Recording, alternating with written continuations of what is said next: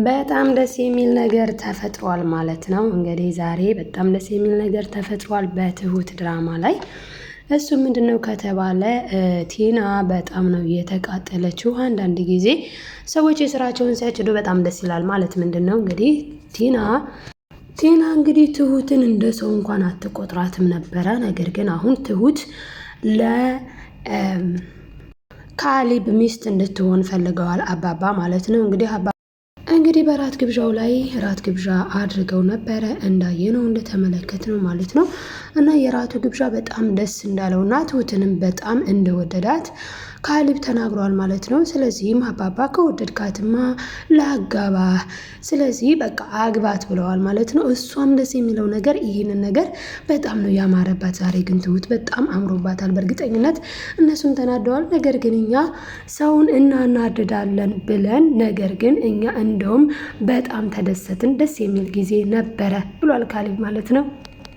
እንግዲህ በጣም ደስ የሚል ጊዜ ነበረን እና አባዬ እናመሰግናለን ስለ ሁሉም ነገር። እናት ግን እኔ ትሁትን በጣም ነው የወደድኳት ብሏለኝ። ትሁትዬም ይሄ ሲባል ብላ እየሰማች በረሰት ከፍታ አጋጣሚ እየሰማች ነበር ማለት ነው። እሱ አስተወደው ይሆን እሱ እንደዛ ሲል ከዛ በኋላ ምን ብላ ይሆን የሚለውንም የምናይ ይሆናል ማለት ነው።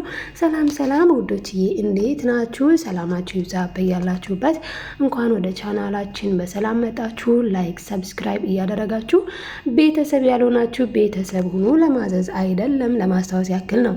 እና ዛሬ ይዤላችሁ የመጣሁት እጅግ ተወዳጁ ትሁት ድራማ ነው ማለት ነው።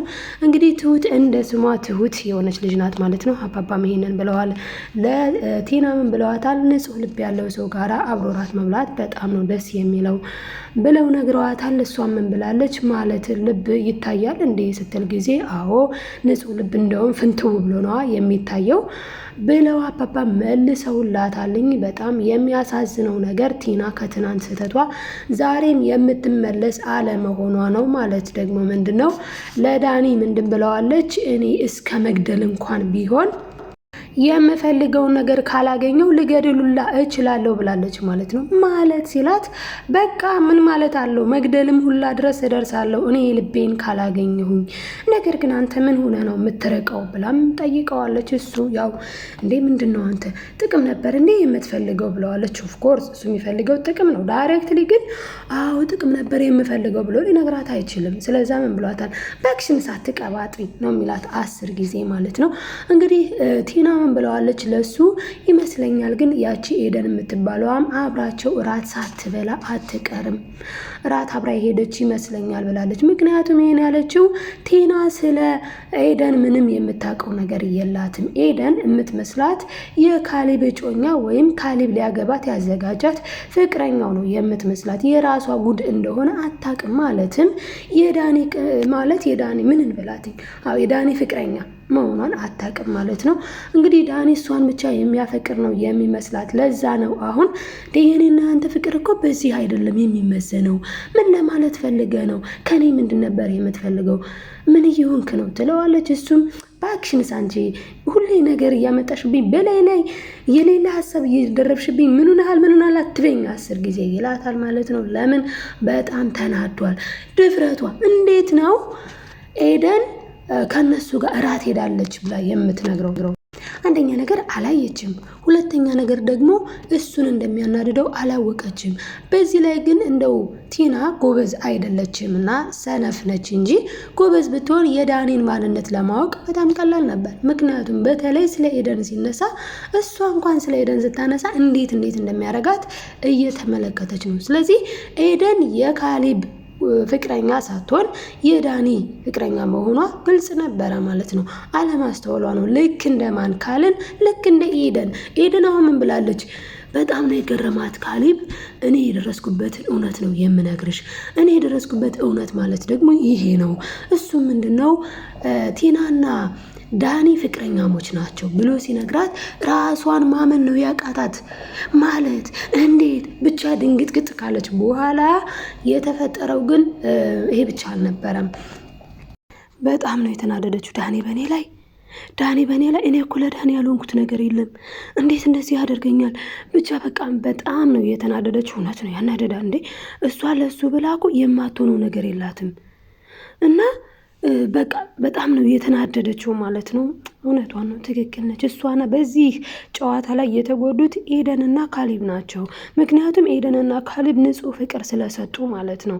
እና ቲናና ዳኒ ግን ፍቅር ሳይሆን ገንዘብ ስለነበረ የፈለጉት ያው ገንዘቡን ነው። ገንዘቡን አላገኙም። የሀቅ የራስ ያልሆነ ገንዘብ ስለማይገኝ ማለት ነው። ስለዚህ በጣም ብትደነግጥ ኤደን አይገርምም። ኤደን ግን ካሌብን ማመን አቃታት። እንዴት ትቀበለው?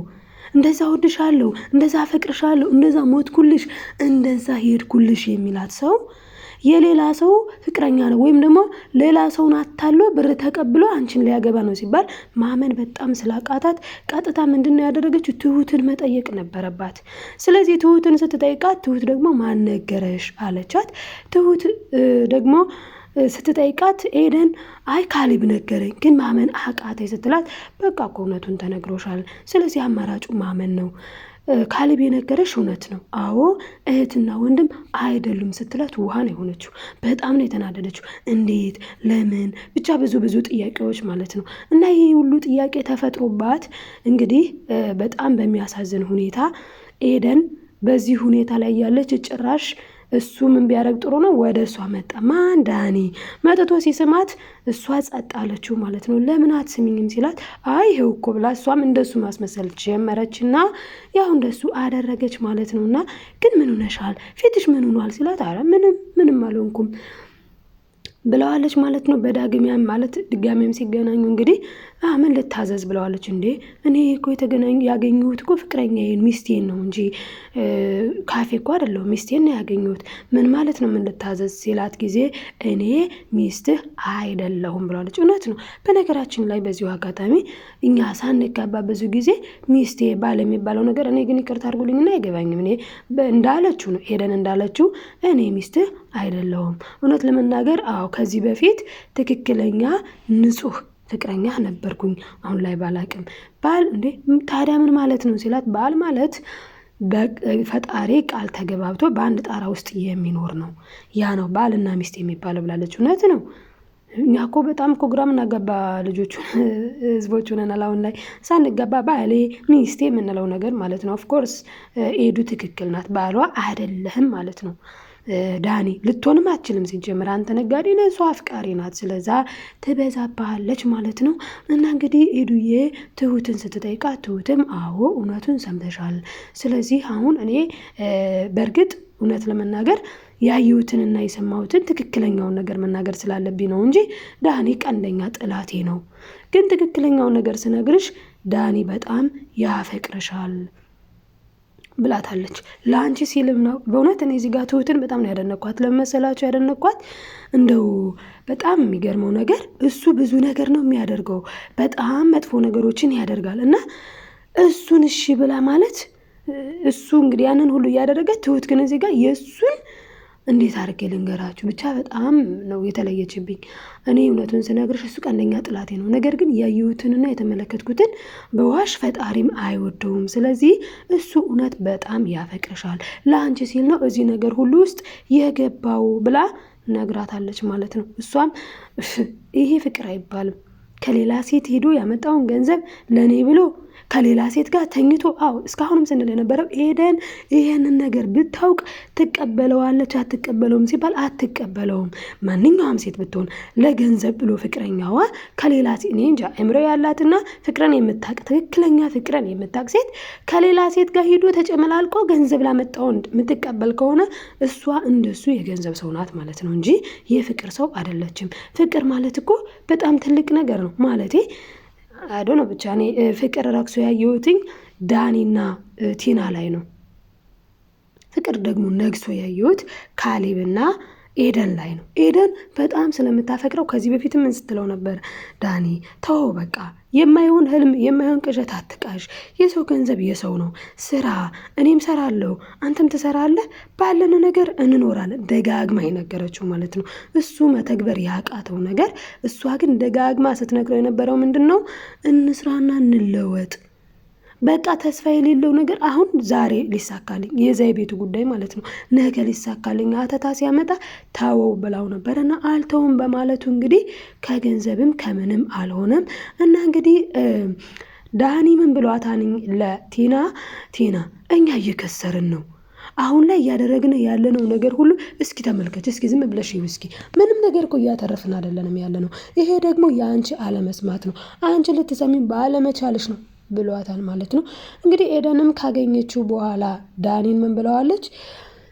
እኔ አንተ ሚስት አይደለሁኝም፣ ባይሆን አሁን ወዴት እንሂድ ታዲያ እንዝናና ሲላ ጊዜ እኔ ልንዝናና አልተገናኘንም፣ ባይሆን ወደ እናንተ ቤት መሄድ እፈልጋለሁ ብሏታል።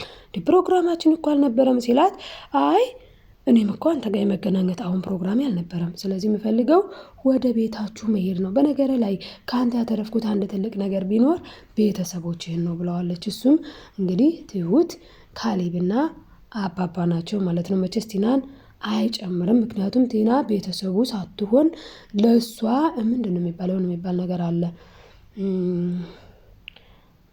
የሆነ ማለት እንዴት ነው የባል ፍቅረኛ ጉድነስ እና እንደዛ ስለሆነ ትሁትን ቲናን አያካትትም ማለት ነው። እና ጥሩዎቹን አባባን በአንተ ምክንያት ስላገኙ ደስ ብሎኛል ብላለች። እዚህ ጋር ግን ዳኒ ያሰበውና ዳኒ ያስተዋለው ነገር አለ ቲና ያልገባት። ዳኒ ምን ይላታል? ይኸውልሽ ተመልከች፣ አትኩረሽ መመልከት አለብሽ። እስካሁን ድረስ ብዙ ነገር ተብላሽቶብናል። አሁን ላይ ግን መንቃት አለብን። ብዙ ነገር እያጣን ነው። ስለዚህ አሁን ላይ ብልጥ መሆን አለብን። እስኪ ምንድነው ያገኘ ነው? ሁሉን ነገር አጥተናል ይላታል። እሷ ደግሞ ይስተካከላል በቃ አይዞህ ትለዋለች ማለት ነው። እሱም ካልሆነስ ምንም እኮ የተስተካከለ ነገር የለም፣ እሺ ካልሆነስ ምንድን ነው የምናደርገው ይላታል ማለት ነው። እሷ ደግሞ ካልሆነ የመጨረሻ አማራጭ ከሆነ እገድላለሁኝ ብላለች። እንግዲህ ልትገል የምትችለው ሽማግሌው ነው ማለት ነው። እና ባይሆን ኤደን አባባን ወቅሳለች። ምንድን ነው ያለችው? አባባ እኔ እኮ እንደ አባቴ ነበረ የማይክ፣ እንዴት ግን ትደብቀኛለህ? እንዴት ግን አትነግረኝም? እስካሁን ድረስ እኔ ማወቅ አልነበረብኝም ብላ እንግዲህ አባባን ወቅሳለች ማለት ነው። አባባም አይ ልጄ እኔ እኮ ነገርሽ ነበረ፣ አስተዊ፣ ጠይቂ፣ ለምን ለምን ለምን በይና ከራሱ አንደበት ትረጅዋለች ብዬ ነበረ ዝም ያልኩሽ ብለዋታል ማለት ነው። እንግዲህ አባባም እኔ ከኛ እንድትሰሚው አልፈለኩም ነበር፣ በራስሽ እንድትደርሽበት ነበረ ያልኩሽ እና ዞሮ ዞሮ እውነታው ይሄ ነው። እንግዲህ አንቺ ማስተዋል ይኖርብሻል፣ አሁንም ቢሆን አስተዊ ብለዋታል ማለት ነው። እሷ ግን በጣም ያሳዘነችኝ አባባ እኔ እኮ ብዙ እድሜ ተበልቷል፣ ለሱ እኮ ያልከፈልኩት ዋጋ የለኝም፣ ያልሆንኩት እኮ የለኝም ትላለች። እንግዲህ የነጋዴ ሰው ፍቅር እንደዚህ ነው፣ በስርዓቱ አይንከባከብም ማለት ነው። እዚህ ጋር ብዙ የሚያስተምሩ ነገሮች አሉት። ለዛሬ ይዤላችሁ የመጣሁት ይህን ይመስል ነበረ። በጣም ደስ ያለኝ ነገር ግን ትሁትን እንደ ሰው አትቆጥራትም ነበረ ቲና። ትሁት ከሰውም በላይ ሰው ቅን ልብ ያላት በጣም እንደ ስሟ ትሁት የሆነች ልጅ ናትና ዳኒና ቲና ከጨዋታ ውጭ ይሆናሉ። ካሌብና ትሁት ይጋባሉ ማለት ነው። በቀጣይ ቪዲዮ እስክንገናኝ በያላችሁበት ሰላማችሁ ይብዛልኝ። ላይክ፣ ሰብስክራይብ እያደረጋችሁ እንድታበረታቱኝ በትህትና ጠይቃለሁ ማለት ነው። ውድ ቤተሰቦቼ ባይ ባይ።